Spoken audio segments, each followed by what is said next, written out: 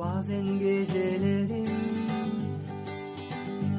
oturup ağlıyorum,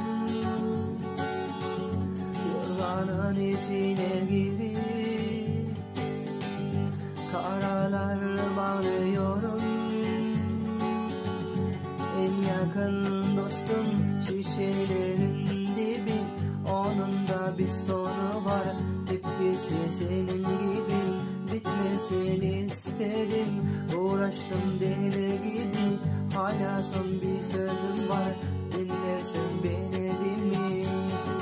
Gitme buradan, sen olmadan ben asla yaşayamam. Kesmiyor ne ilaç ne antidepresan. Çözemedim valla, çok enteresan.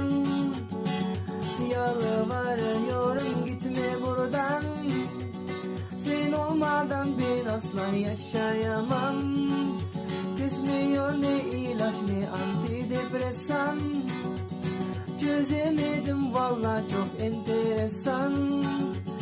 Kafayı yiyorum.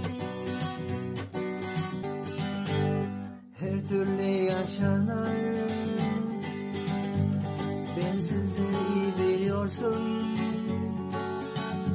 Biraz da Allah'a geçer, biraz da tutmalıyorsun. En yakın dostum şişelerin dibi, onun da bir sonu var.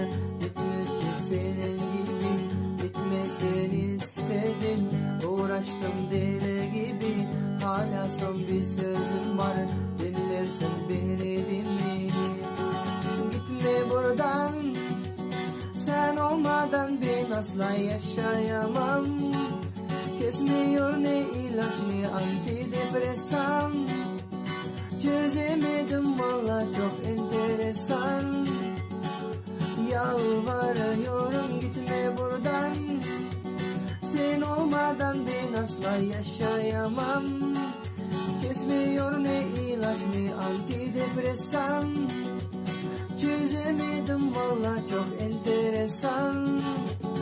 Kafayı yiyor.